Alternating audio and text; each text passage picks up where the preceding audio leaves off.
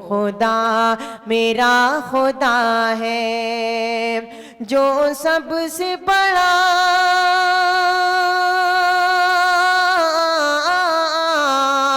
जो सबसे बड़ा सबसे बड़ा सबसे बड़ा है, वो खुदा मेरा खुदा। अब मैं बिला किसी ताख़ीर हिंदुस्तान के मारूफ व मशहूर ख़तीब, ख़तीब बाकमाल, ख़तीब बेमिसाल, फ़दीलतुश शेख हज़रत मौलाना अब्दुल गफ़्फ़ार सलफ़ी हफ़िज़हुल्लाह, उस्ताद मदरसा इहयाउस्सुन्ना बजरडीहा बनारस से इंतहाई अदब के साथ दरख्वास्त करता हूँ कि शेख तशरीफ़ लाएँ और हम सामईन से खिताब करें। मैं मदरसा दारुल कुरान जगमलपुर के नाज़िम आला मौलाना वसीम अतहर मदनी हफ़िज़हुल्लाह से दरख्वास्त करता हूँ कि बराह करम स्टेज पे तशरीफ़ लाएँ। आप लोग खुसूसी तवज्जो दें, शेख का खिताब बड़ा ही अहम होता है। अल्लाह ताला हम तमाम लोगों को शेख की बात सुनने और उस पर अमल की तौफ़ीक अता फ़रमाए, आमीन।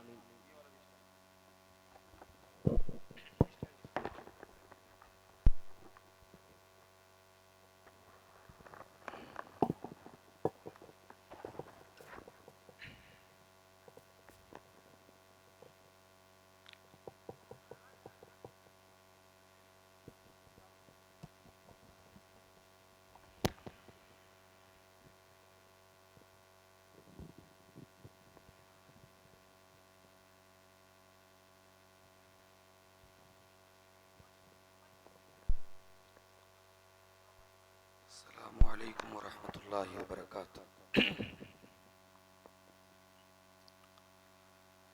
अल्हम्दुलिल्लाह नहमदुहू व नस्तईनुहु व नस्तगफिरुहु व नऊज़ु बिल्लाहि मिन शुरूरि अनफुसिना व मिन सय्यिआति अअमालिना। मन यहदिहिल्लाहु फला मुदिल्ल लह व मन युद्लिल फला हादिय लह। व अशहदु अल्ला इलाहा इल्लल्लाहु वहदहु ला शरीक लह व अशहदु अन्न मुहम्मदन अब्दुहु व रसूलुहु। या अय्युहल्लज़ीना आमनुत्तक़ुल्लाहा हक़्क़ तुक़ातिहि व ला तमूतुन्न इल्ला व अंतुम मुस्लिमून। या अय्युहन्नासुत्तक़ू रब्बकुमुल्लज़ी ख़लक़कुम मिन नफ़्सिन वाहिदा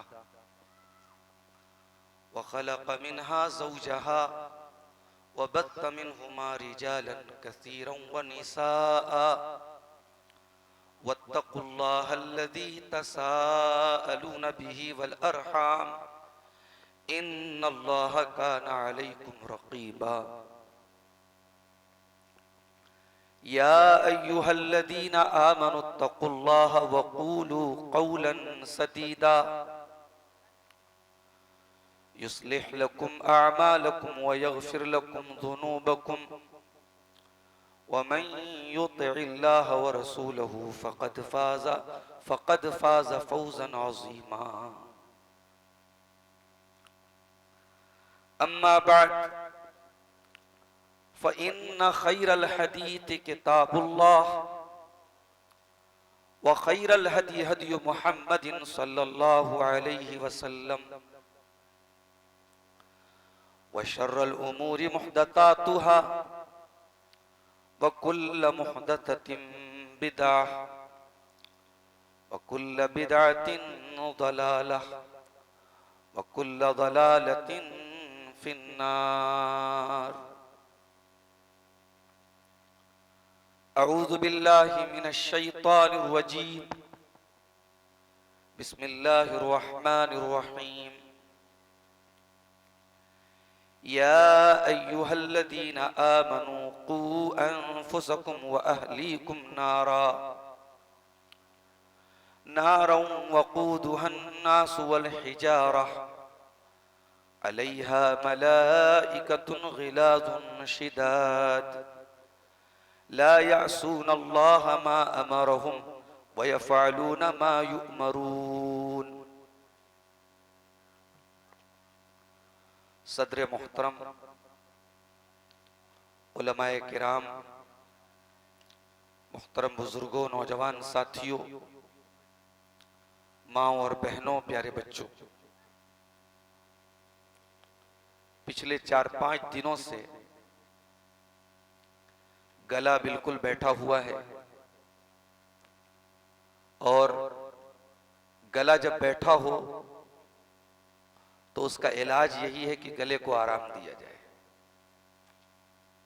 मगर मेरे साथ मुश्किल ये है, सुबह मदरसे में भी बच्चों को पढ़ाने में भी गले का इस्तेमाल है और रोजाना रात में प्रोग्राम भी है। कल आपके इसी इलाके में करमैनी में मैं आया था और आज फिर चांदपट्टी नाम के इस मकाम पे हम और आप जमा हुए हैं। मुझसे पहले आपने इस इलाके के एक इंतहाई मुस्तनद और मोहतरम आलिम दीन, हम सबके बहुत ही मोहतरम शेख अंसार जुबैर मोहम्मदी हफिज़हुल्लाह का शफात के मौजू पर बड़ा कीमती खिताब सुना। उसके पहले शेख अतीकुर रहमान सलफी हफिज़हुल्लाह और इसी तरीके से शेख हफीजुर रहमान सलफी हफिज़हुल्लाह का खिताब भी हुआ। मैंने जलसे के मुंतज़मीन से पूछा था कि आज किस मौजू पर मैं गुफ्तगू करूं, तो जवाब यह मिला कि आप इस्लाह मुआशरा पर बात कीजिए। इस्लाह मुआशरा का मौजू एक आम मौजू है, कॉमन मौजू है। हमारे हर प्रोग्राम, हर जलसे, हर तकरीर का लुब्बे लुबाब यही मौजू है, इस्लाह मुआशरा। मगर मैं इस्लाह मुआशरा के एक खास पहलू की तरफ आपकी तवज्जो लेके जाना चाहता हूं। भाई, आप मुआशरे की इस्लाह पर तकरीर करवा रहे हैं, इसका मतलब कि आप मानते हैं, मैं मानता हूं, हम सब मानते हैं कि समाज को, मुआशरे को इस्लाह की जरूरत है। समाज के अंदर कुछ बिगाड़ है, कुछ खराबी है, जिसको दूर करने की जरूरत है। लेकिन समाज बिगड़ता कैसे है? ये जो समाज है, ये जो मुआशरा है, यहां जिन्नात की बात नहीं हो रही है, जानवरों की बात नहीं हो रही है,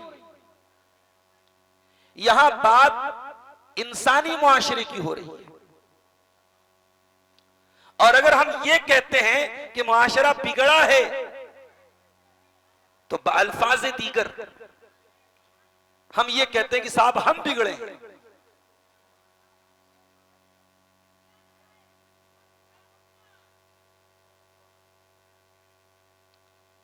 और हमारा बिगाड़ कहां से शुरू होता है?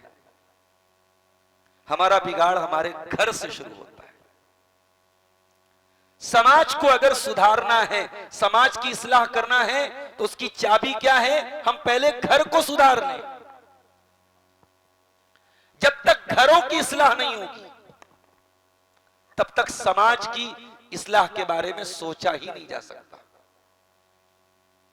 और हमारी जिंदगियों में घर की बड़ी अहमियत भी है मेरे भाई।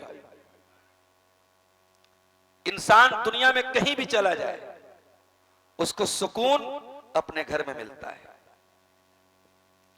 वल्लाहु जअल लकुम मिन बुयूतिकुम सकना, अल्लाह तबारक व तआला ने तुम्हारे घरों को सुकून का जरिया बनाया है। इंसान को सुकून मिलता है तो घर में मिलता है। और ये घर कितनी बड़ी नेमत है, ये उससे पूछो जो बेचारा बेघर है, जिसके पास घर नहीं है। अल्लाह के रसूल के दौर में यहूदियों ने गद्दारी की, बेवफाई की, बदहदी की, यहूदियों को जिला वतन किया गया, उनके घरों से निकाला गया। जब यहूदियों को उनके घरों से निकाला गया तो अल्लाह ने इसको अपना अजाब करार दिया। वल्लज़ी अखरजल्लज़ीन कफरू मिन अहलिल किताबी मिन दियारिहिम लिअव्वलिल हश्र। अल्लाह ने इन यहूदियों को इनके घरों से निकाल दिया। यह अल्लाह का अजाब था जो इन यहूदियों के ऊपर आया। और जब यहूदी अपने घर से निकले तो अपने हाथों से बना बनाया घर तबाह करके निकल रहे थे। दरवाजा तोड़ रहे थे, खिड़की तोड़ रहे थे, इमारत तोड़ रहे थे। अल्लाह ने उसका भी नक्शा खींचा। युखरिबून बुयूतहुम बिअयदीहिम व अयदिल मुमिनीन। अपने घरों को बर्बाद कर रहे थे। घर कोई बर्बाद नहीं करता है, घर तो आबाद किया जाता है, घर तो बनाया जाता है। बड़ी मेहनत से इंसान अपना घर बनाता है। किसी शायर ने बड़ी सच्ची बात कही है कि लोग टूट जाते हैं एक घर बनाने में, लोग टूट जाते हैं एक घर बनाने में, तुम तरस नहीं खाते बस्तियां जलाने में। तो घर बड़ी कीमती चीज है मेरे प्यारे साथी। और ये जो घर है, कभी आप गौर कीजिए, हमारी खवातीन की इज्जतो आबरू की हिफाजत का जरिया भी यही घर है। एक औरत अगर अपने घर में है तो महफूज है, उससे ज्यादा सिक्योर कोई जगह नहीं, उससे ज्यादा सुरक्षित कोई स्थान नहीं है। औरत अपने घर में महफूज है। इसीलिए अल्लाह ताला अपने नबी की बीवियों को खिताब करके फरमाता है, वक़र्न फी बुयूतिकुन्ना वला तबर्रजन तबर्रुजल जाहिलियतिल ऊला। जब गला बैठ जाता है ना तो सांस भी बड़ी छोटी हो जाती है। एक आयत को कई टुकड़ों में बांटना पड़ता है, बड़ी तकलीफ होती है। अभी इशा की नमाज मैं मस्जिद में पढ़ रहा था, बड़ी तकलीफ हो रही थी। सूरह फातिहा की एक एक आयत पे भी सांस जो है वो पूरी नहीं हो रही थी। अल्लाह रहम फरमाए। तो मैं अर्ज ये कर रहा था कि घर इज्जत की हिफाजत का जरिया है। अल्लाह अपने नबी की बीवियों से कह रहा है, वक़रना फी बुयूतिकुन्ना, ऐ नबी की बीवियों अपने घर में इज्जत के साथ रहो, वकार के साथ रहो। इसका मतलब यह हुआ कि औरत घर के बाहर निकल सकती है जरूरत पड़ने पर, मगर औरत का असल ठिकाना उसका घर है। औरत जीनते खाना है, औरत शम्मे महफिल नहीं है। औरत नगर नगर डगर डगर घूमे, ये औरत की इज्जत के शाया निशान नहीं। औरत अपने घर में रहे। और ये घर है जहां हम अपनी जिंदगी का ज्यादातर हिस्सा गुजारते हैं। अपनी जॉब से, अपने बिजनेस से खाली होकर के हम घर आते हैं। हम रात अपने घर में गुजारते हैं। हमारी बीवी बच्चे हमारे घरों में रहते हैं। घर की इस्लाह किए बगैर हम समाज की इस्लाह कैसे कर सकते हैं? इसीलिए अल्लाह के प्यारे नबी फरमाते हैं, तबरानी की अल-मुअजमुल औसत की सही रिवायत है, तूबा लिमन मलका लिसानहु व वसिअहु बैतुहु व बका अला खतीअतिही। तीन चीजें जिसको मिल जाएं वो बहुत बड़ा खुश नसीब है। जन्नती है वो इंसान, काबिले मुबारकबाद है वो इंसान जिसको तीन चीजें मिल जाएं। नंबर एक, अपनी जबान को कंट्रोल कर ले। नंबर दो, उसका घर उसके लिए काफी हो जाए। इस हदीस की शरह में उलमा ने लिखा है कि इंसान को अपने काम से फारिग होने के बाद अपना वक्त अपने घर वालों को देना चाहिए। हमारे लोग दोस्तों के साथ रात में 3-3, 4-4 घंटा बैठे रहते हैं, टाइम पास करते हैं। कोई कैरम खेल रहा है, कोई बैठ करके लूडो खेल रहा है, कोई बैठ करके दोस्तों के साथ मोबाइल में लगा है। अरे भाई, बच्चों को टाइम दो, बीवी को टाइम दो, घर में टाइम दो। अल्लाह के रसूल क्या कह रहे हैं? काबिले मुबारकबाद है वो इंसान जो अपनी जबान को कंट्रोल करे और जिसका घर उसके लिए काफी हो जाए और तीसरी चीज क्या है, वह बका अला खतीअती, और अपने गुनाहों पर वो रोता हो, अपने गुनाहों पर आंसू बहाता हो। और घर की बात आई है तो एक बात और सुन लीजिए, आप अगर घर के गार्जियन हैं, आप बच्चों के बाप हैं, आप बच्चों की मां हैं, तो पूरे घर की जिम्मेदारी आपके कंधों पर है। घर के अंदर अगर कोई बिगाड़ है, कोई खराबी है, बेहयाई है, बेपर्दगी है, बेशर्मी है, बेगैरती है, जिना है, शराब है, आपसे सवाल होगा। आसान नहीं है। मां के कदमों के नीचे जन्नत है, सुन लिया आपने, खुश हो गए। बाप जन्नत का दरवाजा है, सुन लिया आपने, खुश हो गए। अगर बाप हो तो औलाद की जिम्मेदारी आपके कंधे पर है मेरे भाई। अगर आप मां हैं तो बच्चियों की जिम्मेदारी आपके कंधे पर है। अल्लाह के प्यारे रसूल सल्लल्लाहु अलैहि वसल्लम फरमाते हैं, कुल्लुकुम राइउन व कुल्लुकुम मसऊलुन अन रइयतिही, तुम में से हर इंसान जिम्मेदार है और उसकी जिम्मेदारी के बारे में कल कयामत के दिन हिसाब लिया जाएगा। फर्रजुलु राइन अला अहली बैतिही, आदमी अपने घर वालों का, अपनी फैमिली का जिम्मेदार है और उससे पूछा जाएगा उसके परिवार के बारे में। वल्मरअतु राइयतुन अला बैति ज़ौजिहा, और औरत अपने शौहर के घर की जिम्मेदार है। इसीलिए औरत को घरवाली कहा जाता है। औरत को घरवाली कहना यह गलत नहीं है, सही है। औरत हकीकत में घरवाली है। कुरान में अल्लाह ने इब्राहिम अलैहिस्सलाम का वाकया बयान किया सूरह हूद के अंदर। जब इब्राहिम अलैहिस्सलाम के पास फरिश्ते आए और उनको खुशखबरी सुनाई कि आपकी बीवी सारा के पेट से बच्चा पैदा होगा, इसहाक, तो सारा बहुत बूढ़ी हो चुकी थी। सारा को बड़ी हैरत हुई, इस बुढ़ापे में मुझे बेटा होगा? तो फरिश्तों ने क्या कहा, क़ालू अताजबीन मिन अम्रिल्लाहि रहमतुल्लाहि व बरकातुहु अलैकुम अहलल बैत इन्नहु हमीदुम मजीद। ऐ इब्राहिम की घरवाली, ऐ इब्राहिम के अहले बैत, तुम्हें हैरत क्यों हो रही है? ये अल्लाह का हुक्म है और अल्लाह अपना हुक्म पूरा करेगा। तो हजरत सारा को फरिश्तों ने इब्राहिम की घरवाली करार दिया। इसलिए औरत का बहुत बड़ा रोल है घर को बनाने और बिगाड़ने में मेरे प्यारे साथी। अगर हमें समाज की इस्लाह करना है तो घर की इस्लाह किए बगैर कोई चारा नहीं है। हमें शुरुआत करनी पड़ेगी अपने घर से। और यह बात भी याद रखिए, घर की इस्लाह इसलिए भी बहुत जरूरी है। अंग्रेजी में एक जुमला बोलते हैं, फैमिली फर्स्ट। इंसान की जिंदगी में परिवार सबसे पहले होता है। इंसान दुनिया में सारे रिश्तों के पहले अपने परिवार को ऊपर रखता है, अपनी फैमिली को ऊपर रखता है। क्या हम में से कोई इंसान ये चाहेगा कि हम तो जन्नत की नेमतों के मजे लूटें और हमारी बीवी जहन्नम की आग में जले, हमारा जवान बेटा जहन्नम की आग में जले, हमारी जवान बेटियां जहन्नम की आग में जले? क्या हमें से कोई ये चाहेगा? नहीं चाहेगा। अरे हमें तो इतना भी गवारा नहीं है। अगर अपने परिवार से मोहब्बत करते हैं, हमारे बच्चों को जरा सी खरोंच आ जाए हम बेचैन हो जाते हैं।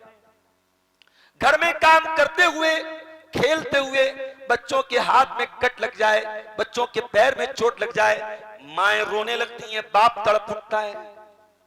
बच्चों को रात में बुखार आ जाए, माएं रात रात भर बच्चों के लिए जाग जाती हैं, बाप जाग जाता है। मोहब्बत करते अपने परिवार से। जिस परिवार से इतनी मोहब्बत करते हो, उस परिवार को जहन्नम की आग से बचाने की कोई मेहनत नहीं करते, कोई कोशिश नहीं करते। इसीलिए अल्लाह कुरान के 28वें पारे में कहता है, या अय्युहल्लज़ीना आमनू कू अनफुसकुम व अहलीकुम नारा, ऐ ईमान वालो, अपने आप को और अपने घर वालों को उस आग से बचाओ जिस आग का ईंधन इंसान और पत्थर होंगे, जो दुनिया की आग से कहीं ज्यादा खतरनाक होगी। जहन्नम की आग से अपने बच्चों को बचाओ। तो क्या ख्याल है, सिर्फ एक कान से सुन के दूसरे कान से उड़ा देना है, या इंशाअल्लाह आज की तकरीर से, आज के प्रोग्राम से एक पैगाम लेके जाना है कि इंशाअल्लाह हम अपने घरों की इस्लाह करेंगे? कम से कम इंशाअल्लाह बोल दो भाई। मुझे बताया किसी ने कि हमारी माए बहनें बड़ी अच्छी तादाद में आई, उन्हीं के मतलब की कह रहा हूं, जुबान मेरी है बात उनकी। जब मैं ये बोलता हूं कि हमें घर की इस्लाह करनी है, तो इस मौजू का 70% हिस्सा लेडीज की तरफ जाता है। भाई घर की इस्लाह करना है, मकान बनाते हो, मकान में सबसे पहले बुनियाद अच्छी होनी चाहिए, बुनियाद मजबूत होनी चाहिए। बुनियाद कमजोर है, बिल्डिंग खड़ी कर दो एक दिन गिर जाएगी। आप अपने परिवार की, अपने घर की, अपने कुंबे की, अपने खानदान की, अपनी फैमिली की बुनियाद किस चीज पर रख रहे हैं? बेईमानी पर, चोरी पर, डकैती पर, किसी का हक मार के, किसी के साथ गलत करके नहीं। अपने घर की बुनियाद तकवा पर रखिए मेरे भाई। अपने घर की बुनियाद किसी झूठ पर, किसी फरेब पर, किसी धोखा पर मत रखिए। सूरह तौबा की आयत नंबर 109 में अल्लाह ने फरमाया, अम्मन अस्सस बुनियानहु अला तक़वा मिनल्लाहि व रिज़वानिन खैरुन अम्मन अस्सस बुनियानहु अला शफ़ा जुरफिन हारिन फनहार बिही फी नारी जहन्नम। कि वो बेहतर है जिसने अपने घर की बुनियाद तक़वा पर रखी, या वो ज्यादा बेहतर है जिसने अपने घर को किसी गड्ढे के किनारे खड़ा किया है और वो मकान कभी भी गिर के जहन्नम की आग में जा सकता है? ऐसा मकान न बनाओ, अपने बच्चों के लिए ऐसी जमीनें न बनाओ, ऐसी जायदादें न बनाओ जो आपके बच्चों को और आपको कब्र में सुकून से सोने न दे। मैंने इसी दुनिया में रोते हुए देखा है, लोग मरने के टाइम आंसू बहाते हुए देखा है, अपने किए पर पछताते हुए देखा है मेरे साथ। हमारे समाज में कितने लोग हैं बहनों का हक मार के बैठे, बाप की जायदाद है, बाप की जमीन है, बाप का तरका है, बहनों को एक पैसा नहीं दिया उन्होंने, और हज पे हज किए चले जा रहे हैं, उम्रा पे उम्रा किए चले जा रहे हैं। ये हज और उम्रे हमारे मुंह पर मार दिए जाएंगे। पड़ोसी की जमीन पर 1 फीट भी आपने नाजायज कब्जा किया है, रिश्तेदार की जमीन पर आपने 1 गज भी नाजायज कब्जा किया है, ये फ्रॉड है, ये धोखा है। कयामत के दिन ये बेईमानी हमारी गर्दनों में तौक बन करके डाली जाएगी। तो घर की इस्लाह करना है तो घर की बुनियाद ईमानदारी पे रखो, ऑनेस्टी पे रखो, घर की बुनियाद ट्रांसपेरेंसी पे रखो, घर के अंदर फ्रॉड ना हो, धोखा ना हो, फरेब ना हो।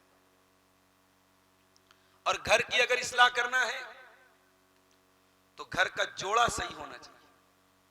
मैंने जोड़ा कहा है, बहू देखने जाओ तो बहू भी अच्छी लाओ, और दामाद की तलाश करो तो दामाद भी अच्छा तलाश करो। हमारे यहां बाज लोग क्या करते हैं, लड़के की शादी में तो बहुत नापते तोलते हैं, ऐसी बहू हो वैसी बहू हो, और लड़की देने की बात आती है तो शिर्क करने वाला हो, कब्रों पे झुकने वाला हो, तावीज गंडा करने वाला हो, मजारों की पूजा करने वाला हो, अल्लाह के साथ कोई भी हो, हम सौंपने को तैयार है अपनी बेटी को। मैंने तो बाद ऐसे लोगों को देखा, बेचारी लड़की आलिमा, अच्छी पढ़ी लिखी, दीनदार, खूबसूरत, सरकारी नौकरी देख के ऐसे आदमी के पल्ले बांध दिया जो ड्रिंक करता है, शराब पीता है।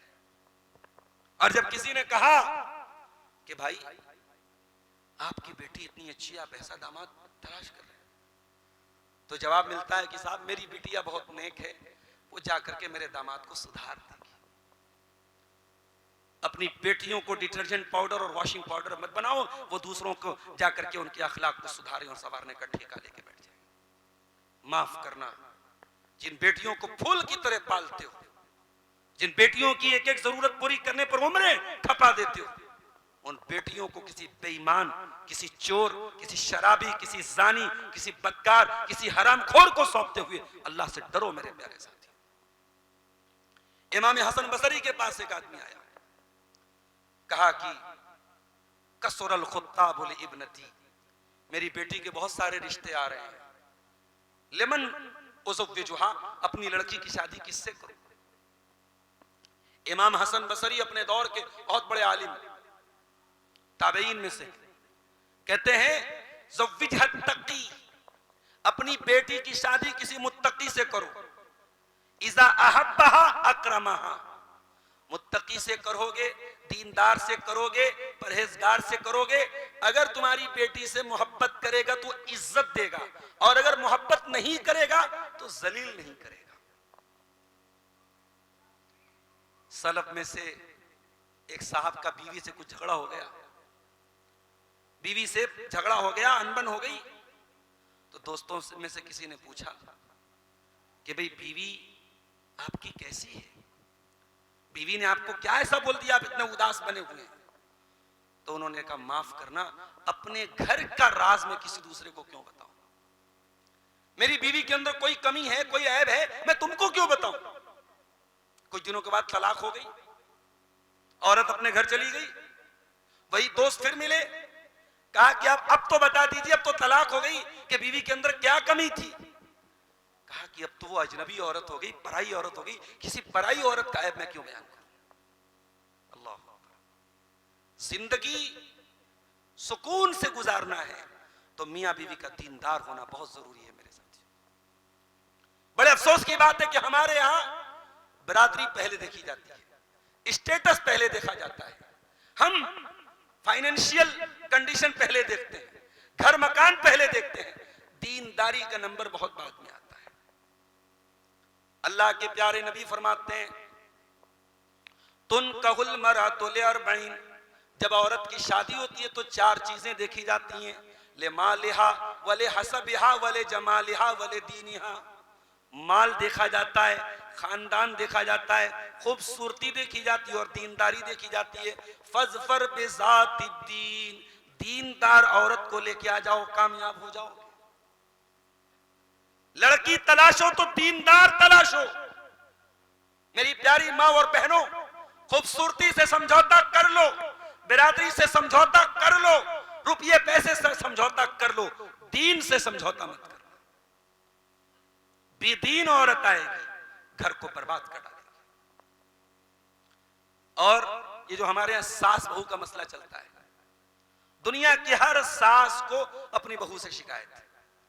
आदम अलैहिस्सलाम से लेके आज तक किसी सास को मतलब की बहू नहीं मिली है, भाई माफ करना, और न किसी बहू को उसकी मनपसंद सास मिली है।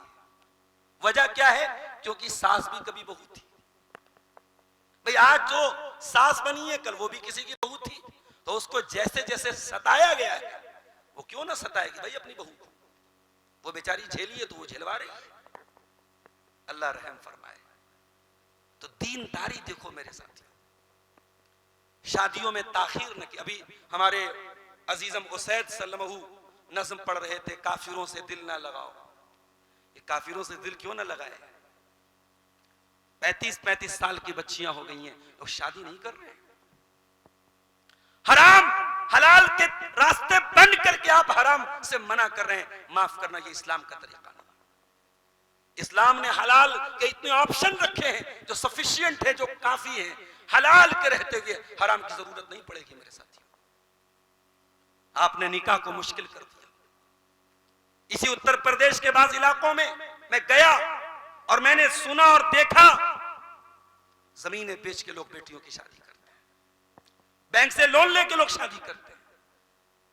500-600 लोगों का खाना है, बड़े लॉन में खाना हो रहा है, स्टार्टर भी चल रहा है, दबा के मुर्गा भी खा रहे हैं, चिकन भी खा रहे हैं, मटन भी खा रहे हैं, मछली भी खा रहे हैं, खा के हा हा हू करके चले गए। बाप बैठ के आज लोन की EMI चुका रहा है। इस समाज को कहां लेके हम पहुंच गए मेरे भाई? अभी हमारे बनारस में बहुत अच्छा काम हुआ है, जो हमारे बनारस की अंसारी बिरादरी में जो एक सिस्टम है, तंजीम जो बनी है, और हर इलाके के सरदार होते हैं जो उसके बड़े माने जाते हैं। उन सरदारों ने यह तय किया है कि नहीं साहब, खाना एक तरीके का होगा, ये स्टार्टर, आप करोड़पति हैं तो भी आपको स्टार्टर नहीं रखना है। एक बहुत बड़े आदमी ने अभी अपनी लड़की की मंगनी की है बनारस के मैरिज लॉन में, और मंगनी के साथ वहीं पे निकाह रखा था। कोई आलिम दीन वहां निकाह पढ़ाने के लिए तैयार नहीं। सख्त होना पड़ेगा हमें, क्योंकि पानी सर से ऊंचा जा रहा है मेरे साथियों। निकाह को इतना मुश्किल न बनाओ कि गरीब आदमी की बेचारे की उम्रें गुजर जाएं, उसकी जिंदगी बीत जाए अपनी लड़कियों की शादी करने में। बेटी इतनी बोझ तो नहीं थी जितनी हमने बना दी, बेटी इतनी मुश्किल तो नहीं थी जितनी हमने बना दी। जिस बेचारा गरीब आदमी के घर में 4-5 बेटियां हो, वो वक्त के पहले बूढ़ा हो जाता है कि कैसे इनकी शादी कैसे करूंगा, इनका जेवर कैसे बनाऊंगा, इनके जहेज का इंतजाम कैसे करूंगा। दीनदारी को तरजीह दो, लड़के वाले भी दीनदारी को तरजीह दें और डिमांड ना हो, किसी तरीके की रुपये पैसे की लालच ना हो, दीनदारी की बुनियाद पर रिश्ता हो। अल्लाह के प्यारे नबी फरमाते हैं सल्लल्लाहु अलैहि वसल्लम, इज़ा खतब इलैकुम मिम्मन तरदौना दीनहु व खुल्क़हु फज़व्विजूहु। जब तुम्हारी बेटियों के लिए वो रिश्ता है, लड़का का दीन अच्छा है, लड़के का अखलाक अच्छा है, फज़व्विजूहु, तो अपनी बेटियों की शादी कर दो। अगर ऐसा नहीं करोगे जमीन में फितना फैलेगा, फसाद फैलेगा। घर की इस्लाह करना है तो ये काम करना बहुत जरूरी है मेरे साथी। घर की इस्लाह करना है तो एक और काम करना पड़ेगा, और वो काम क्या है? घरों को अल्लाह के जिक्र से आबाद करना पड़ेगा। आज हर घर में मोबाइल है, हर घर में टीवी है, हर घर में गाने की आवाज आ रही है। 24 घंटे कितने घर ऐसे हैं जहां 24 घंटे में एक बार भी कोई अल्लाह का नाम लेने वाला नहीं। वो दौर चला गया जब सुबह फजर की नमाज पढ़ करके औरतें मुसल्ले पर बैठ के कुरान पढ़ती रहती थी। अब तो बच्चों को जो है नाश्ता भी दिया जा रहा है तो मोबाइल थमा के दिया जा रहा है। अब बच्चे दिन रात यूट्यूब पर क्या देख रहे हैं? कभी आप गौर कीजिएगा, कभी गौर कीजिएगा कि बच्चों के जो वीडियोस आ रहे हैं यूट्यूब पर, जो आपका हमारा बच्चा देख रहा है, वो यूट्यूब के वीडियोस भी हमारे बच्चों को कहां लेके जा रहे हैं। छोटी छोटी बच्चियां जो स्कूल में पढ़ती हैं, उनके दिमाग में बिठाया जा रहा है कि एक रिश्ता गर्लफ्रेंड का भी होता है, कोई गर्लफ्रेंड भी होता है, कोई बॉयफ्रेंड भी होता है, कोई ब्रेकअप भी होता है, कोई क्रश भी होता है। ये हराम कारी के ये की इस्तिलाहात और ये ज़िनाकारी और बदकारी के ये चोर दरवाजे हमारे छोटे छोटे बच्चों के दिमाग को खराब कर रहे हैं मेरे साथी। और आप यकीन नहीं करेंगे, बहुत छोटी छोटी बच्चियां जो सही मानों में भी बालिग भी नहीं हुई, स्कूल में क्लास 8 क्लास 9 में पढ़ रही हैं। मेरे सामने ऐसे केस भी आए हैं कि वो छोटी छोटी बच्चियां स्नैपचैट से, इंस्टाग्राम से उन्होंने अपने खानदान के, अपने इलाके के, अपने मोहल्ले के किसी लड़के से दोस्ती की और स्कूल के बहाने उससे जो है मुलाकात कर रही है। जो लड़की आज 11-12 साल की उम्र में ये हरकत कर रही है, कल जब वो 18-20 साल की उम्र को पहुंचेगी वो क्या करेगी? अल्लाह हम सब पर रहम फरमाए। सैलाब जब आता हो तो हमें डैम बनाना पड़ेगा मेरे साथी। बीमारी ज्यादा हो तो हमें एंटीबायोटिक का इंतजाम करना पड़ेगा। अगर घर की इस्लाह करना है तो हमें अपने घर की दीनदारी पर तवज्जो देनी पड़ेगी। माफ करना, आज हमारे घर बड़े आलीशान बन गए, टाइल्स बिछ गए, मार्बल बिछ गए, दुनिया का बेहतरीन पेंट लगा दिया हमने, बड़े शानदार आपने मकान बना दिया। लेकिन अगर उस घर में अल्लाह का नाम लेने वाला कोई नहीं है, सारे टाइल्स के बावजूद, सारे मार्बल्स के बावजूद, सारी डिजाइन्स के बावजूद, करोड़ों की लागत से बना हुआ वो मकान अल्लाह की नजर में, उसके रसूल की नजर में वो मकान वीरान है, वो मकान मुर्दा है, मुर्दा खाना है वो मकान। अल्लाह के प्यारे नबी सल्लल्लाहु अलैहि वसल्लम फरमाते हैं, मसलुल बैतिल्लज़ी युज़करुल्लाहु फीही वल बैतिल्लज़ी ला युज़करुल्लाहु फीही मिसलल हय्य वल मय्यित। जिस घर में अल्लाह का नाम लिया जाए वो घर जिंदा है, और जिस घर में अल्लाह का नाम न लिया जाए वो घर मुर्दा है। घर की इस्लाह करना है, एक काम और करना पड़ेगा। जिंदगी की गाड़ी कानून के डंडे से नहीं, मोहब्बत के रास्ते से चलेगी। शौहर को सिर्फ इस बात की चिंता हो मेरा हक क्या है, बीवी मेरा हक अदा कर रही है कि नहीं कर रही है, मेरे कपड़े पर प्रेस हुआ कि नहीं, मुझे टाइम से खाना मिला कि नहीं, सुबह की चाय मुझे टाइम से मिली कि नहीं। शौहर को सिर्फ अपने हुकूक याद हो, अपनी जिम्मेदारियां याद ना हो, या बीवी को सिर्फ अपने हुकूक याद हो, शौहर ने मेरी फला डिमांड पूरी की कि नहीं, शौहर ने मेरा फला काम पूरा किया कि नहीं। बीवी को अपनी जिम्मेदारियां याद ना हो, सिर्फ अपने हुकूक याद हो, जिंदगी की गाड़ी ऐसे नहीं चलेगी। जिंदगी की गाड़ी हुस्ने मुआशरत से चलेगी। अल्लाह के नबी से पूछा गया, अय्युन निसाई खैर, ऐ अल्लाह के रसूल सबसे बेहतरीन औरत कौन सी है? आपने फरमाया, अल्लती तसुर्रुहु इज़ा नज़र व तुतीउहु इज़ा अमर वला तुखालिफुहु फी नफ्सिहा व मालिही बिमा यकरा। मेरी प्यारी माँ और बहनों, बड़े गौर से सुनना। बात ऐसी औरतें भी होती हैं, हर तकरीर में आगे आगे, हर जलसे में आगे आगे, मोबाइल भरा है तकरीरों से, लेकिन शौहर से ढंग से बात तक नहीं करती, शौहर का कोई काम तक करने को तैयार नहीं। और खास तौर से अगर शौहर बेचारा बूढ़ा हो गया है, अब कमाने वाले बच्चे हैं, तो अब वो बूढ़ी औरत अपने बूढ़े शौहर को डांटती रहती है, फटकारती रहती है, अरे आप करते ही क्या, आप तो बैठे रहते हैं। याद रखो मेरी प्यारी माँ और बहनों, औरत को अगर जन्नत में जाना है तो अपने शौहर के हुकूक का ख्याल तो करना पड़ेगा। शौहर की खिदमत के बगैर, शौहर की इताअत के बगैर तहज्जुद पढ़ते पढ़ते मर जाए, वो जन्नत में नहीं जाएगी। अल्लाह के नबी ने कंडीशन लगाई है, जन्नती औरत की कंडीशन है कि उसे अपने शौहर की इताअत करनी पड़ेगी, अपने शौहर की खिदमत करनी पड़ेगी। पूछा गया, अल्लाह के नबी सबसे बेहतरीन औरत कौन सी है? आपने फरमाया, देखो तो खुश हो जाओ। शौहर देखे तो खुश हो जाए, घर में आए और बीवी का मुस्कुराता हुआ चेहरा देख करके उसकी सारी ज़हनी कुल्फत दूर हो जाए, टेंशन दूर हो जाए, वो सारा डिप्रेशन घर के बाहर निकल जाए, घर में आए तो सुकून मिले। ऐसा ना हो बेचारा बाहर की टेंशन लेके घर आए तो घर में अलग दर्द सर मौजूद हो, उसको डिस्प्रिन की गोलियां खानी पड़ जाएं, उसको स्लीपिंग पिल्स लेनी पड़ जाए, घर में आए तो सास की शिकायत, ननद की शिकायत, देवर की शिकायत, देवरानी की शिकायत, शिकायतों का पिटारा खोल के बैठ जाए। नहीं, शौहर देखे तो खुश हो जाए। और शौहर कोई बात कहे तो बीवी माने, नाजायज बात ना हो, गलत बात ना हो, जायज बात हो तो बीवी माने। और अपनी आबरू के सिलसिले में और शौहर के माल के सिलसिले में कोई ऐसा काम न करे जो शौहर को नापसंद। शौहर का एटीएम कार्ड हाथ लग गया तो शॉपिंग पर शॉपिंग हो रही है, शौहर का पर्स हाथ में लग गया तो नोटों की गट्टी निकाल लेती है।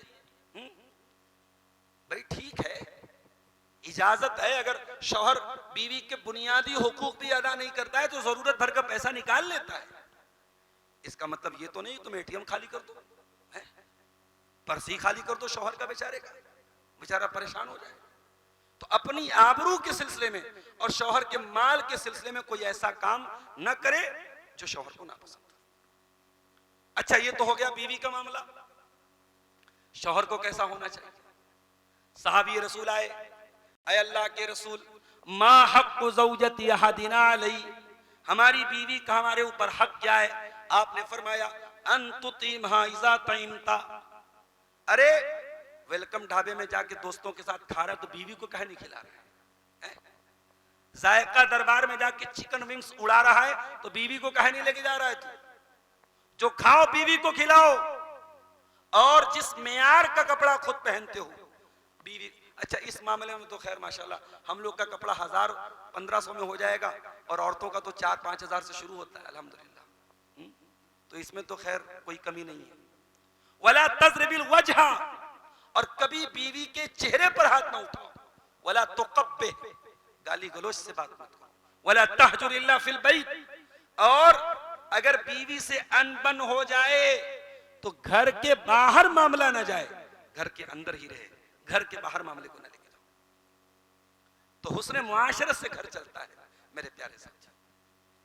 और आगे बढ़िए, मौसम ठंडक वाला है, कोहरा गिर रहा है। मैं बहुत लंबी तकरीर करना नहीं चाहता हूं, बातों को समेट रहा हूं, 2-4 अहम बातें करके हम बात खत्म करेंगे।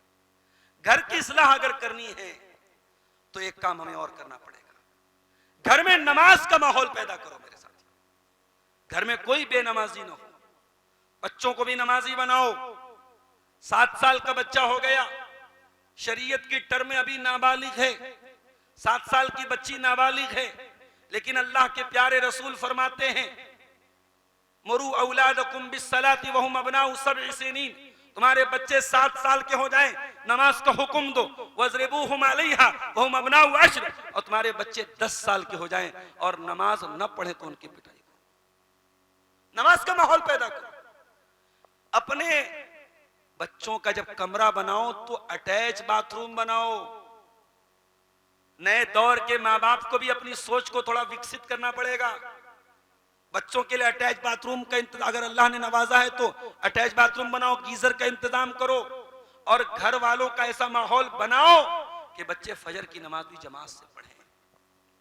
जी, अल्लाह के प्यारे नबी ने बड़ी प्यारी दुआ दी है, रहिमल्लाहु रजुलन क़ाम मिनल लैल। अल्लाह ताला रहमत नाजिल करे उस आदमी के ऊपर जो रात में उठ करके क़ियामुल लैल करता है, तहज्जुद पढ़ता है। व अयक़ज़ इम्राअतहु, और अपनी मोहतरमा को भी उठाता है। फ़इन अबत नज़ह फ़ी वजहिल मा, अगर मोहतरमा मना कर देती हैं तो पानी छिड़क करके उठाता है। अब भाई मैंने हदीस पढ़ के सुना दी, अब आप अपनी हिम्मत और हौसले के हिसाब से देख लीजिएगा। पानी छिड़कने के बाद अगर सही सलामत रहे तो कोई बात नहीं। बीवी को उठाए और बीवी इनकार कर दे तो पानी छिड़क करके उठाए। अल्लाह के नबी ने ऐसे मर्द के ऊपर रहमत की दुआ की है और अल्लाह रहम फरमाए उस औरत के ऊपर, कामत मिनल लैल, जो रात में उठ करके क़ियामुल लैल करे और अपने शौहर को उठाए। अगर शौहर इनकार कर दे, नज़हत फी वजहिल मा, तो शौहर के चेहरे पर पानी डाल के उठा। नमाज का माहौल हो, तहज्जुद का माहौल। अरे इब्राहिम खलीलुल्लाह जैसा पैगंबर अपने बच्चों के लिए क्या दुआ करता है, रब्बी जालनी मुकीमस सलाती व मिन ज़ुर्रियती रब्बना व तक़ब्बल दुआ। ऐ परवरदिगार, मुझे भी नमाज कायम करने वाला बना दे, मेरे बच्चों को भी नमाज कायम करने वाला बना दे। इस्माईल अलैहिस्सलाम उन्हीं के बेटे हैं। कुरान कहता है वज़कुर फिल किताब इस्माईल इन्नहु काना सादिक़ल वादी व काना रसूलन नबिय्या व काना यअमुरु अहलहु बिस्सलाह। इस्माईल भी अपने घर वालों को नमाज का हुक्म देते थे। ईसा अलैहिस्सलाम अपनी माँ की गोद में कहते हैं आतानी अल किताब वजालनी नबिय्या वजालनी मुबारकन ऐनमा कुन्तु व औसानी बिस्सलाति वज़्ज़काति मा दुमतु हय्या। अपनी माँ की गोद में कहते हैं ईसा अलैहिस्सलाम कि अल्लाह ने मुझे नमाज का हुक्म दिया है। तो आई लव मोहम्मद का नारा लगाने से काम नहीं बनेगा। If you love Muhammad you should perform namaz, you should perform salah. अगर आपको अपने नबी से मोहब्बत है तो नमाज की पाबंदी आपकी जिंदगी में होनी चाहिए। घर की इस्लाह करना है, एक काम और करना पड़ेगा मेरे साथी। छोटी छोटी चीजें हैं। घर में दाखिल होने के टाइम बिस्मिल्लाह पढ़ के दाखिल। घर के बाहर निकलो बिस्मिल्लाह तवक्कलतु अलल्लाह ला हौला वला कुव्वता इल्ला बिल्लाह पढ़ के निकलो। अल्लाह की तरफ से सिक्योरिटी मिलेगी, सुरक्षा मिलेगी, शयातीन से बचाया जाएगा आपको। बिस्मिल्लाह पढ़ के घर में दाखिल होंगे, शैतान का हुक्का पानी बंद हो जाएगा। रात में जब कमरा बंद करो, दरवाजा बंद करो, खिड़की बंद करो, बिस्मिल्लाह पढ़ के बंद करो। कोई बर्तन खुला है, बर्तन को ढांप दो, बिस्मिल्लाह पढ़ के ढांप दो। बिस्तर पे सोने के पहले बिस्तर को झाड़ के सो जाओ, आयतल कुर्सी पढ़ के सोया करो, सूरह फलक सूरह नास पढ़ के सोया करो। सोने के अज़कार पढ़ के, सुबह शाम के अज़कार पढ़ो। ये जो अज़कार हैं, छोटी छोटी चीजें हैं, इनकी पाबंदी करोगे तो बहुत सारी बलाएं टल जाएंगी, बहुत सारी मुसीबतों से अल्लाह हिफाजत करेगा। घर की इस्लाह करना है तो घर के अंदर से कुछ चीजों को रिमूव भी करना पड़ेगा। ये मोबाइल है, हैंग करने लगे, दुकानदार के पास लेके गए, दुकानदार बोलता है वायरस आ गया है, क्या करना पड़ेगा? बोलता है इसको रीसेट मारना पड़ेगा, इसके अंदर से पूरा क्लीन करना पड़ेगा डाटा। घर के अंदर से 5 चीजों को निकाल दो मेरे साथी।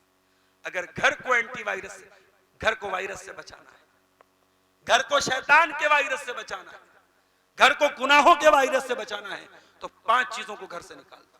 नंबर 1, तस्वीर को घर से निकाल दो।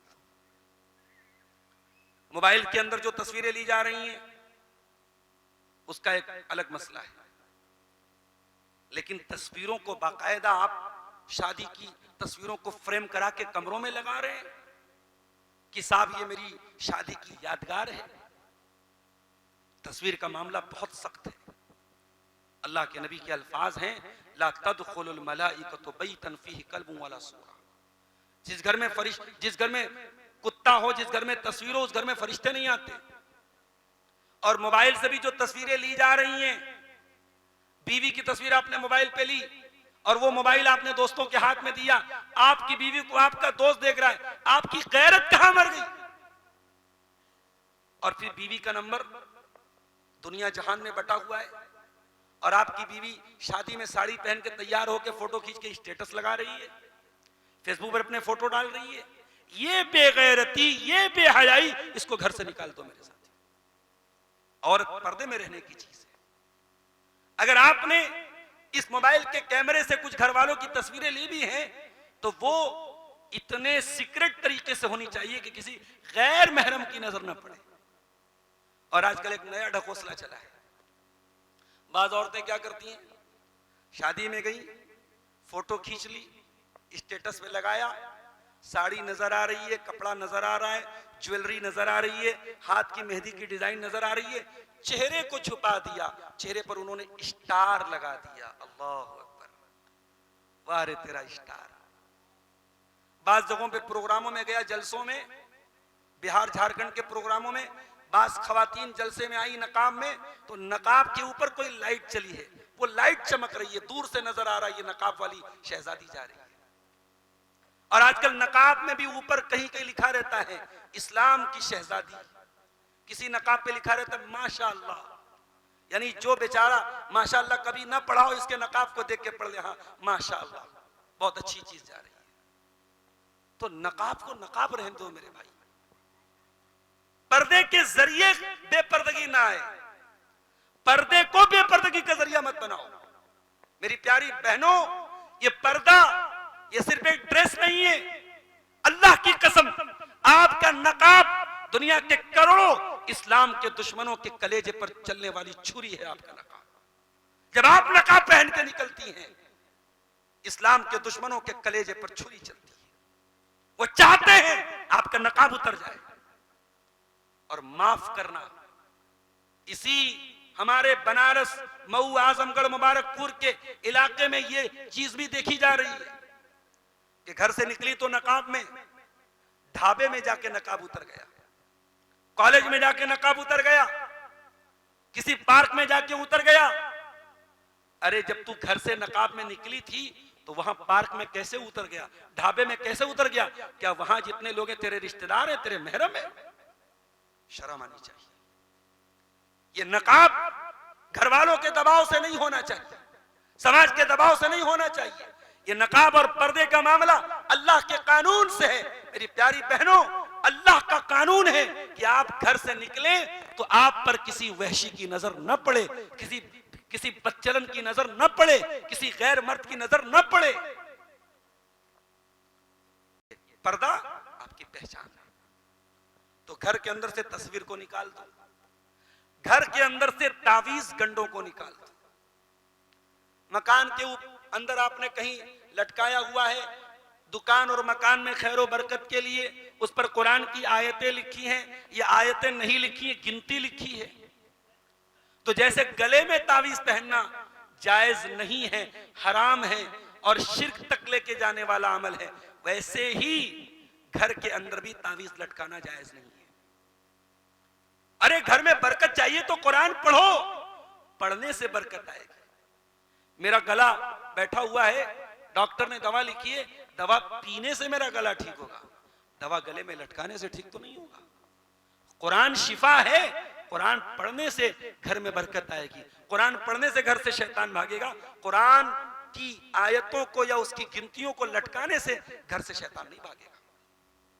तो तावीज को निकाल दो, गंडे को निकाल दो। गाने बजाने के आलात, म्यूजिक इंस्ट्रूमेंट्स मुसलमान के घर में नहीं होने चाहिए। और सबसे बड़ा म्यूजिक इंस्ट्रूमेंट तो ये बना हुआ है आज के दौर में, हर घर में मोबाइल है और गाना बज रहा है।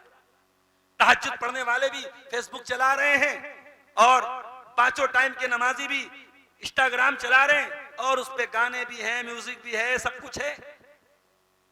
म्यूजिक कुरान और हदीस की रोशनी में हराम है और आपके घर में म्यूजिक की आवाज बजे ये ठीक नहीं है। म्यूजिक इंस्ट्रूमेंट्स को घर से निकालो, घर के अंदर से हराम कमाई को निकालो। रिश्वत की कमाई घर में ना आए, चोरी की कमाई घर में ना आए, बेईमानी की कमाई घर में ना आए। और अगर ये कमाई आ रही है तो आप अपने बच्चों की परवरिश हराम कमाई से कर रहे हैं।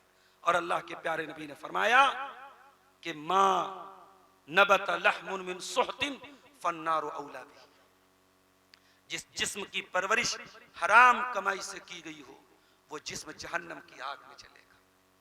अगर आपको शौक है अपने बच्चों को जहन्नम की आग में जलाने का तो ठीक है, लेकिन अगर बच्चों को जहन्नम से बचाना है तो हराम कमाई से अपने घर को बचाना होगा। मेरे साथ घर में महरम और गैर महरम का फर्क रखिए। खाला के बेटे, मामा के बेटे, चाचा के बेटे, ताया के बेटे आपकी जवान बेटी के लिए गैर महरम हैं। उनके सामने आपकी बेटी का बेपर्दा आना, बेतकल्लुफ उठना बैठना और उनसे हंसी मजाक करना शरीयत की नजर में गलत है, हराम है, नाजायज है। भाभी का देवर के साथ चिपक करके बाइक पर बैठना गलत है। जीजा के साथ साली का बैठना गलत है। समाज के सारे लड़कों से आपकी जवान बेटी पर्दा करती है, तो ये जो रिश्तेदार हैं जो गैर महरम हैं, आप अपनी बच्चियों को ये तालीम दीजिए कि हाँ ये तेरे लिए गैर महरम है। ऐसा ना हो कि आपके लड़के के दोस्त आए और आपकी बेटी भैया के दोस्तों को चाय पिलाने के लिए उनके सामने बेपर्दा है। वो आपकी बहन है, आपके दोस्तों की बहन नहीं है। इसी तरीके से आप अगर पता लगाएंगे जो मुसलमान लड़कियां मुर्तद हुई हैं, उसके पीछे की स्टोरी पता करेंगे तो आपकी आंखें खुलेंगी।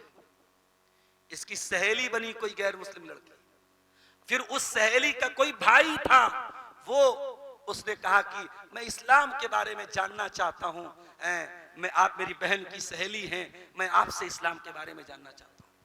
और ये माशाअल्लाह इस्लाम की सबसे बड़ी मुबल्लिगा और दाइया बन के चली है उस गैर मुस्लिम लड़के को जो है इस्लाम की तबलीग। सारे उलमा मर गए, सारे दुआत मर गए, उस गैर मुस्लिम लड़के को इस्लाम की तबलीग करने के लिए तू ही मिली थी। अरे वो जाल में दाने डाल के तुझे फंसाने के लिए वो बैठा हुआ है। उसे सरकारी नौकरी का ऑफर दिया गया है तुझे फंसाने के लिए। उसके बैंक में 2-2 लाख रुपए डाले गए कि तेरी जिंदगी बर्बाद करे, उसके बैंक में पैसे आए। आंखें खोलो मेरे भाइयों, मेरी बहनों, आंखें खोलो। आपके लिए कहां ट्रैप बिछाया गया, कहां जाल बिछाया गया, उसको सोचने की जरूरत है मेरे साथी। और मैं अक्सर एक बात कहता हूं अपनी तकरीरों में, बेटियों से प्यार करो। बेटियों को सिर्फ डांटना फटकारना बंद कर दो, बेटियों को प्यार दो। बेटियां जवान हो जाएं, माओ से कहता हूं, बेटियों के साथ जो रिश्ता आपका हो वो जल्लाद वाला रिश्ता ना हो, कसाई वाला रिश्ता ना हो, वो दारोगा वाला रिश्ता ना हो। बेटियां जवान हो जाएं तो उनको फ्रेंडली एटमॉस्फेयर दो, दोस्ताना माहौल दो। बेटियां अपने दिल की बात कह सके। आप बाप हैं, घर में आए खांसना शुरू कर दिया, बेटी इधर खिसक गई, बहू इधर खिसक गई। ये नबी की तरबियत तो नहीं है, ये नबी का माहौल तो नहीं है। आपकी बेटियां आपसे मोहब्बत करें, आपकी बेटियां आपका एहतराम भी करें, आपसे डरे भी और आपसे मोहब्बत भी करें। ऐसा माहौल अपने घर में पैदा करो। अगर आपने बेटियों को प्यार नहीं दिया तो वो प्यार इंस्टाग्राम पे तलाश करेगी, वो प्यार स्नैपचैट पे तलाश करेगी। और जब वो प्यार तलाश करेगी तो हजारों भेड़िए बैठे हैं उसकी इज्जत के साथ खेलने के लिए, उसके दीन के साथ खेलने के लिए, उसकी आबरू के साथ खेलने के लिए। तो घर से महरम गैर महरम का फर्क निकाल दो मेरे साथी। महरम गैर महरम का जो फर्क इस्लाम ने बताया है उसको मलहूज रखो, बेहयाई को निकाल दो घर से।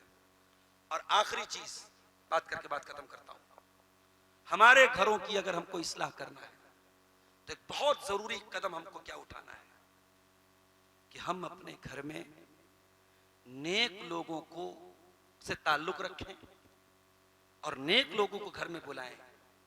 बच्चों की तरबियत में इसका बहुत बड़ा रोल है। आपका उठना बैठना के लोगों के साथ, ड्रिंक करने वाले, स्मोकिंग करने वाले, गाली बकने वाले आपके घर में आएंगे, आपके बच्चों पर बुरा असर डालेंगे। अगर आपका दोस्ताना ऐसे लोगों के साथ है, बाज लोग कहते हैं मौलवी साहब हम लोग की मजबूरी है, हम लोगों को समाज में उठना बैठना पड़ता है, हर तरीके के लोगों के साथ हमें ताल्लुक रखो। समाज में रिश्ता निभाने के लिए अगर गलत किस्म के लोगों से भी ताल्लुक रखना पड़े, ताल्लुक रखो। ताल्लुक अलग चीज है, दोस्ती अलग चीज है, यारी अलग चीज है, घर बुला बुला के दावतें खिलाना अलग चीज है। घर का माहौल खराब होता है। हजरत नूह अलैहिस्सलाम ने एक दुआ की थी, कुरान के 29वें पारे में वो दुआ बयान की अल्लाह ने, रब्बिग़फिरली वलिवालिदैया वलिमन दखल बैतिया मुमिना वलिलमुमिनीन वलमुमिनात। परवरदिगार मुझे भी बख्श दे और मेरे माँ बाप को भी बख्श दे, और जो मेरे घर में दाखिल हो ईमान की हालत में। इस आयत से उलमा ने यह मसला निकाला है कि कोशिश ये की जाए कि अहले ईमान को घर में दावत दी जाए, अपने दस्तरखान पे मुत्तकी लोगों को खाना खिलाया जाए, अपने घर में नेक और सालेह लोगों को मेहमान बनाया जाए। इसका असर पड़ता है घर वालों पर। और आखिर में ये कहूंगा मेरे साथियों, घर की इस्लाह के ताल्लुक से जितनी बातें मैंने बयान की, इन तमाम बातों पर अमल करने के बाद भी अगर अल्लाह की तौफीक न हो तो जैसे नूह अलैहिस्सलाम का बेटा नहीं सुधरा, आपका बेटा भी नहीं सुधरेगा। जैसे लूत अलैहिस्सलाम की बीवी नहीं सुधरी, आपकी बीवी भी नहीं सुधरेगी। जैसे इब्राहिम अलैहिस्सलाम का बाप नहीं सुधरा, आपका बाप भी नहीं सुधरेगा। तो अल्लाह से लो लगाओ, दिलों का कंट्रोल करने वाला अल्लाह है, उससे दुआ करो। और कुरान में हमें ऐसी दुआएं सिखाई गई। मैं मिसाल के तौर पे एक दुआ आपको बता देता हूं। कुरान के 19वें पारे में अल्लाह ने यह दुआ हमको सिखाई है सूरह फुरकान के अंदर, रब्बना हब लना मिन अज़वाजिना व ज़ुर्रियातिना कुर्रत अयुन वजअलना लिलमुत्तकीना इमामा। परवरदिगार हमारे बीवी बच्चों को हमारी आंखों की ठंडक बना दे। अल्लाह अकबर। बीवी कब आंखों की ठंडक बनेगी? जब बेपर्दा घूमेगी? नहीं। जब बेहयाई करेगी? नहीं।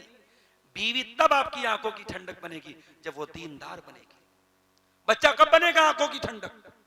दीनदार बाप का बच्चा, उसकी आंखों की ठंडक तब बनेगा जब दिसंबर और जनवरी के कड़ाके की सर्दी में वो फजर में जाएगा वजू करके, और जब पहली सफ में जाके खड़ा होगा तो देखेगा मेरा बेटा तो मुझसे पहले पहुंचा हुआ है।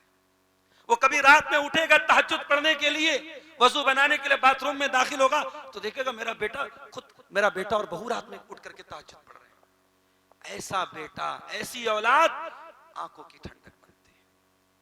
ये दुआ पढ़ा करो मेरे भाई, रब्बना हब लना मिन अज़वाजिना व ज़ुर्रियातिना कुर्रत अयुन। ऐ अल्लाह हमारे बीवी बच्चों को हमारी आंखों की ठंडक बना दे, वजअलना लिलमुत्तकीना इमामा, और ऐ अल्लाह हमें मुत्तकियों का इमाम बना दे। हमें सिर्फ मुत्तकी मत बना, हमें इतना मुत्तकी बना कि लोग हमें फॉलो करें, लोग हमें लोग आइडियल माने, हमें मुत्तकियों का इमाम बना दे। ये बड़ी प्यारी दुआ है, अल्लाह ने सिखाई है। इस दुआ का एहतमाम करें मेरे साथियों। ये चंद बातें गले की तकलीफ के बावजूद मैंने आपके सामने रखी हैं, और मैं समझता हूँ कि ताकत बहुत ज़्यादा लगा के मुझे बोलना पड़ रहा था। मैंने जो पैगाम मुझे देना था मैंने आप तक पहुँचाया है। इस दुआ के साथ मैं बात खत्म कर रहा हूँ। अल्लाह ताला हम सबको अपने घरों की इस्लाह की तौफीक अता फरमाए। रब्बुल आलमीन, आज का ये प्रोग्राम जिन भाइयों की मेहनत से मुनक़िद हुआ, जिसमें सरे फहरिस्त हमारे अब्दुल मुईद भाई हैं, उनके बच्चे हैं, और इसी तरीके से इस गांव के जो प्रधान जी हैं उनका भी बड़ा सपोर्ट रहा है, और जितने लोगों का, मैं सबका नाम नहीं ले सकता हूं, जितने लोगों का जिस तरीके से भी इस प्रोग्राम के इनेकाद में ताउन रहा है, अल्लाह उन सब की कोशिशों को कबूल फरमाए। अल्लाह हमारे जमा होने को कबूल फरमाए। सर्दी के मौसम के बावजूद हमारी माएँ बहनें भी आई हैं और अभी तक बैठी हैं, अल्लाह उनकी इस मेहनत को भी कबूल फरमाए। कहने सुनने से ज़्यादा हम सबको अमल की तौफीक दे। अल्लाह हमारे घरों को दीनदार घर बना दे। अल्लाह हमारे बच्चों को दीनदार बनाए। अल्लाह हम में से जो शादीशुदा हजरात हैं उनकी फैमिली को, उनकी बीवी को, उनके बच्चों को अल्लाह ताला दीनदार बनाए। जिनकी शादियां नई हुई हैं अल्लाह ताला उन्हें नेक और दीनदार जोड़ा अता फरमाए। रब्बुल आलमीन, जिनके घरों में औलाद है उनकी औलाद को ताबेदार फरमा बरदार नेक बना, और जिनके घर में औलाद नहीं है उनको नेक और साले औलाद नसीब फरमा। जो बीमार हैं उनको शिफा अता फरमा, जो रोजी रोटी से परेशान हैं उनके कारोबार में बरकत नसीब फरमा। जब तक हम दुनिया में जिंदा रहें इस्लाम पर जिंदा रहें और हमारा खात्मा ईमान पर हो। आमीन। रब्बना तक़ब्बल मिन्ना इन्नका अंतस समीउल अलीम व तुब अलैना इन्नका अंतत तव्वाबुर रहीम। व सल्लल्लाहु तआला अला नबीना मुहम्मद व अला आलिहि व सहबिहि अजमईन। वस्सलामु अलैकुम व रहमतुल्लाहि व बरकातुहू। जज़ाकुमुल्लाहु खैरन व अहसनल जज़ा। अभी हम शेख मोहतरम से बड़ी ही अहम बात समात कर रहे थे। अल्लाह ताला से दुआ है रब्बुल आलमीन हमें इन बातों पे अमल की तौफीक अता फरमाए, आमीन।